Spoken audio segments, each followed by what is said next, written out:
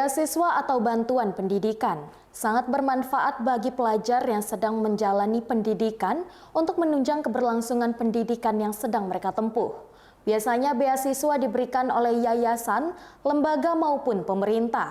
Seperti Dinas Sosial Kabupaten Bintan yang memberikan bantuan pendidikan atau beasiswa kepada mahasiswa dan mahasiswi yang berdomisili Bintan. Namun kabarnya pendaftaran tersebut diperpanjang. Dikarenakan hingga batas waktu berakhir, jumlah kuota beasiswa tersebut masih tersedia. Mengapa hal ini terjadi? Untuk mengetahuinya, saya akan berbincang bersama Kepala Dinas Sosial Kabupaten Bintan, Samsul, yang telah terhubung bersama saya melalui sambungan Zoom. Selamat pagi, Pak Samsul. Selamat pagi. Bagaimana kabar Anda, Pak? Alhamdulillah dalam keadaan sehat dan saya mengucapkan mohon maaf lahir batin. Oke, baik Pak Samsul. Pak Samsul, saya hari ini ingin bertanya lebih jauh mengenai kabar pendaftaran diperpanjang, pendaftaran beasiswa diperpanjang karena sepi peminat. Apakah hal tersebut benar, Pak Samsul? Iya benar, tapi kita harus klarifikasi atau nanti kita akan jelaskan semua itu.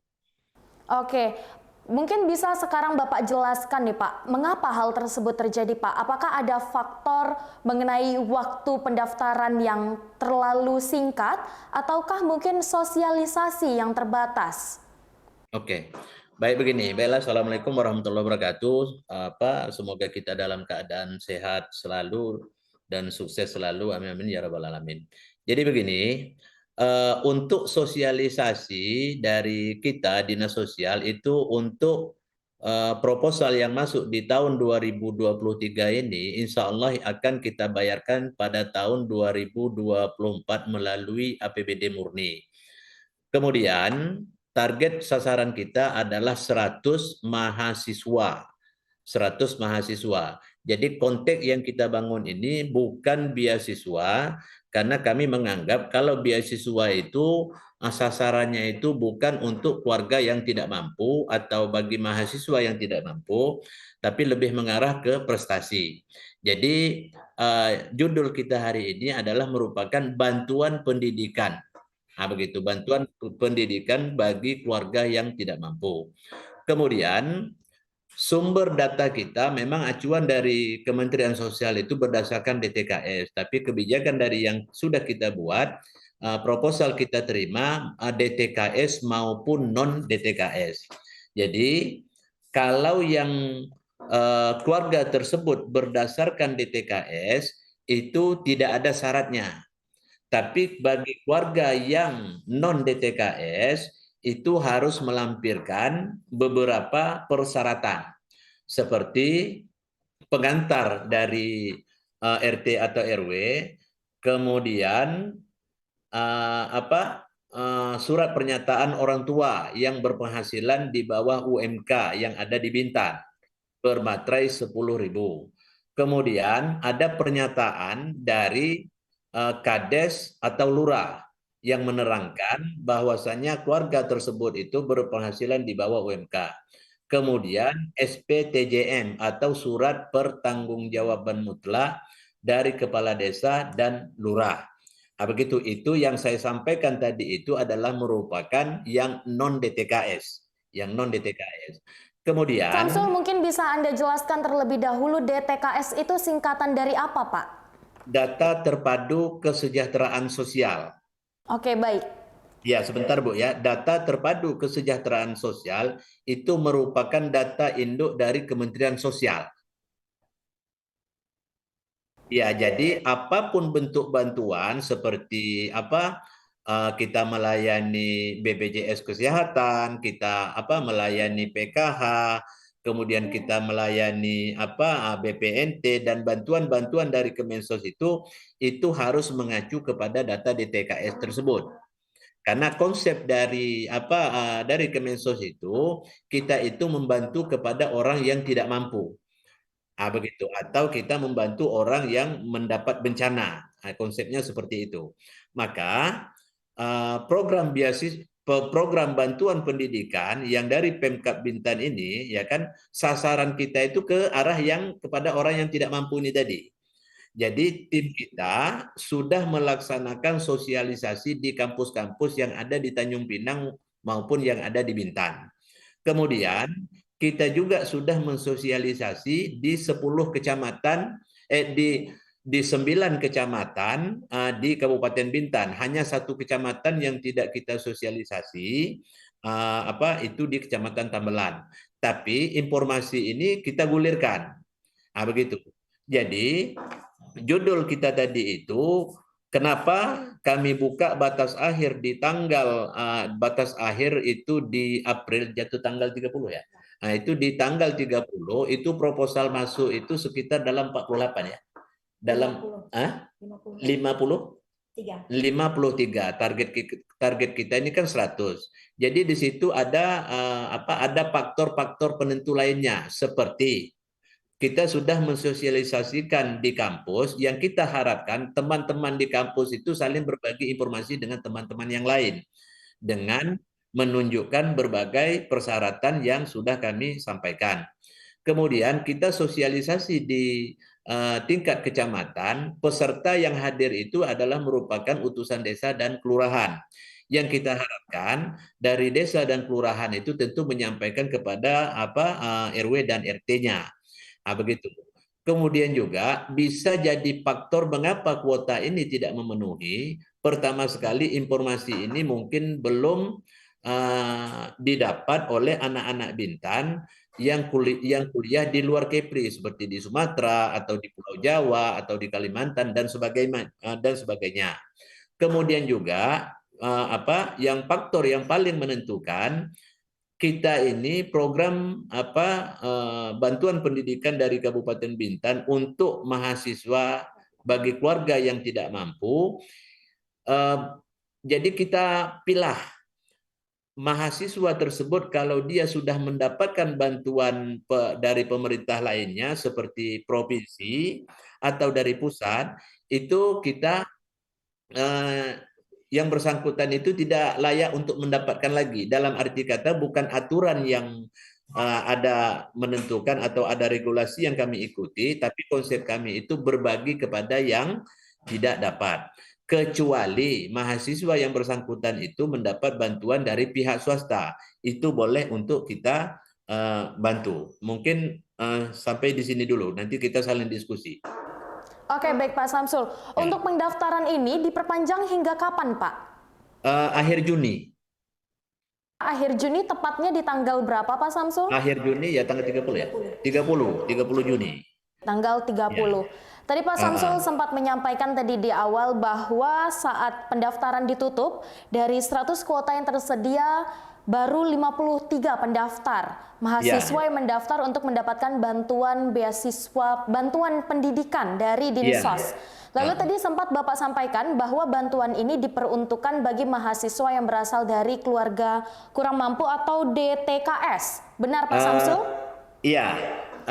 Yang kita utamakan keluarga tersebut itu masuk dalam DTKS. Tapi jika mahasiswa tersebut berasal dari keluarga mampu, namun dia tetap ingin mendapatkan bantuan pendidikan tersebut, apakah bisa Pak Samsul? Mungkin melalui persyaratan lain?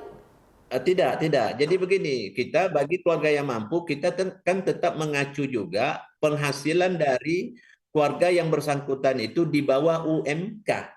Di bawah UMK Bintan. Begitu. Jadi kalau yang non DTKS ini tadi ada surat, ada lampiran-lampiran yang harus kita penuhi. Sedikit saya lupa menyampaikan tadi, sebenarnya proposal yang masuk di tahun 2023 itu lebih dari 53. Hanya saja sampai di sini kita kan harus verifikasi kembali. Jadi mahasiswa yang bersangkutan itu sekarang ini masih ada dalam tahap proses perbaikan. Begitu. Maka kita perpanjang lagi sampai ke akhir Juni itu. Oke, baik. Berarti saya klarifikasi sedikit ya Pak Samsul bahwa sebenarnya jumlah yang mendaftar itu sudah lebih dari 53, namun yang lolos verifikasi dari yang melengkapi syarat-syarat adalah 53 dari 100 kuota tersebut. Betul. Pak Samsul. Oke, Pak Samsul, jika dilihat dari data Dinas Sosial, ada berapa Pak jumlah mahasiswa atau mahasiswi di Bintan yang berasal dari keluarga kurang mampu yang saat ini sedang menempuh pendidikan di jenjang universitas, Pak? Data realnya itu memang kita akui kita tidak mendatakan hal itu, hanya saja kita menerima proposal yang masuk dan kita akan verifikasi. Oke, Pak, Iya, terkait nominal, berapa Pak nominal yang akan diterima setiap mahasiswa yang mendapatkan bantuan pendidikan tersebut? itu maksimal 2 juta. 2 Dan juta per kita, tahun kah ya, atau 2 juta per semester Pak Samsul? 2 juta per tahun. Itu hanya sekali diterima Pak Samsul atau mungkin sampai mereka lulus dari universitas akan tetap menerima 2 juta per tahun? Atau seperti Ya, apa jadi menjelaskan? jadi gini, yang bersangkutan ini kan 2 juta dalam 1 tahun. Jadi satu orang mahasiswa itu bisa mengajukan 3 kali ya, bisa mengajukan 3 kali proposal. Ya hanya saja, ya kan, kalau dia sudah mendapatkan bantuan lain, ya kan, itu tidak akan kita kasih. Dan yang mahasiswa yang bersangkutan itu kita meminta surat pernyataan bahwasanya dia ini tidak pernah mendapat bantuan dari yang saya sampaikan tadi, maupun dari program beasiswa dari provinsi maupun dari pusat yang berbentuk apa namanya itu, Mendik misi. Begitu. Oke, baik. Jadi seandainya kecolongan atau ada yang seandainya kecolongan, ya kan, kita minta yang bersangkutan itu untuk mengembalikan uangnya. Kemudian untuk yang tahun akan datang itu kita akan blacklist. Begitu. Ya, begitu. Jadi konsep kita ini berbagi sesama kepada yang tidak mampu. Karena begini ya, pada prinsipnya kan tergantung dari kekuatan anggaran di Kabupaten Bintan juga. Kalau dikatakan cukup, tentu tidak cukup dengan 2 juta setahun. Cita-cita Pak Bupati itu akan dibayar semua, tapi kita tetap mengajukan kepada kekuatan anggaran kita. Tapi niat baik dari Pak Bupati ini istilahnya saling berbagi rasa atau saling membantu. Begitu konsepnya seperti itu. Oke, baik. Pak Samsul, berarti satu mahasiswa berhak menerima 2 juta per tahun dan bisa mendaftarkan diri sebanyak 3 kali, Pak Samsul ya? Benar?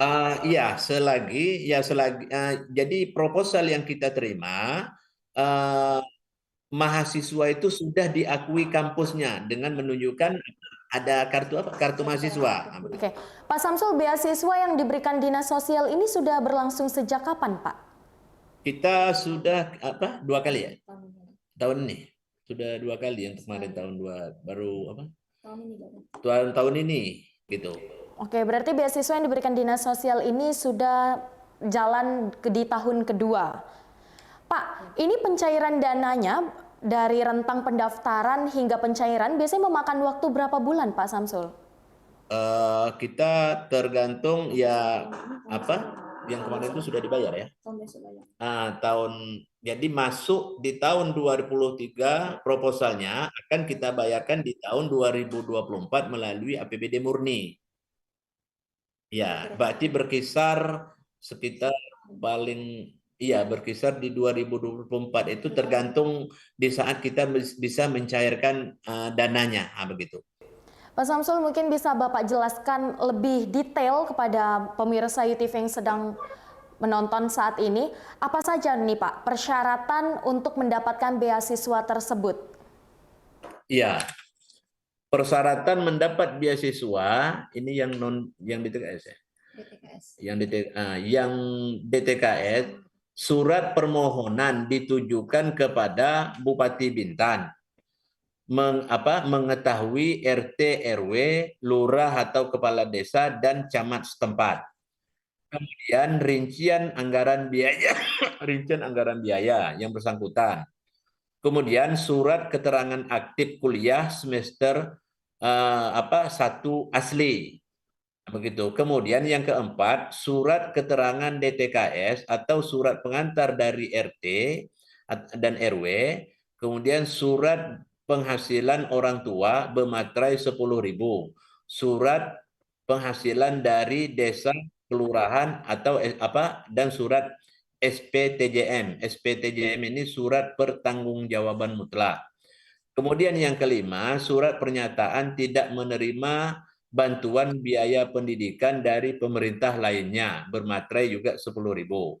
Kemudian fotokopi KTP dan KK, kemudian fotokopi nomor rekening bank, kemudian mencantumkan nomor telepon, kemudian proposal diserahkan 2 rangkap.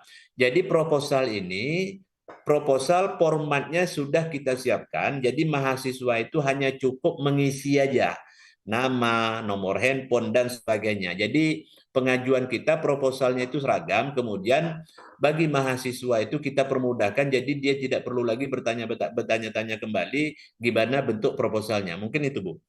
Oke, baik. Pak Samsul, terakhir untuk menutup segmen Mata Angin hari ini. Biasanya mahasiswa atau mahasiswi masih suka bingung nih Pak, dari mana sih mendapat informasi terkait beasiswa? Ini dari mana Pak biasanya? Informasi. Apakah mungkin ada website yang disediakan oleh pemerintah Kabupaten Bintan? Iya, ya memang dalam hal ini satu kelemahan kita juga, Bu, kita belum memasukkan ke dalam website, tapi insya Allah ini adalah suatu masukan, ya kan?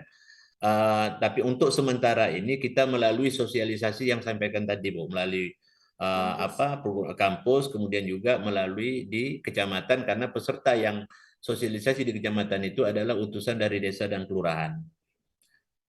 Oke, baik. Terima kasih Pak Samsul telah meluangkan waktu Anda untuk bergabung bersama kami di Mata Angin Ulasan TV.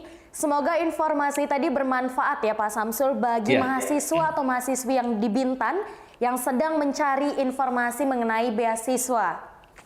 Sekian Mata Angin hari ini. Saya Yoliandini pamit undur diri. Sampai jumpa di Mata Angin selanjutnya.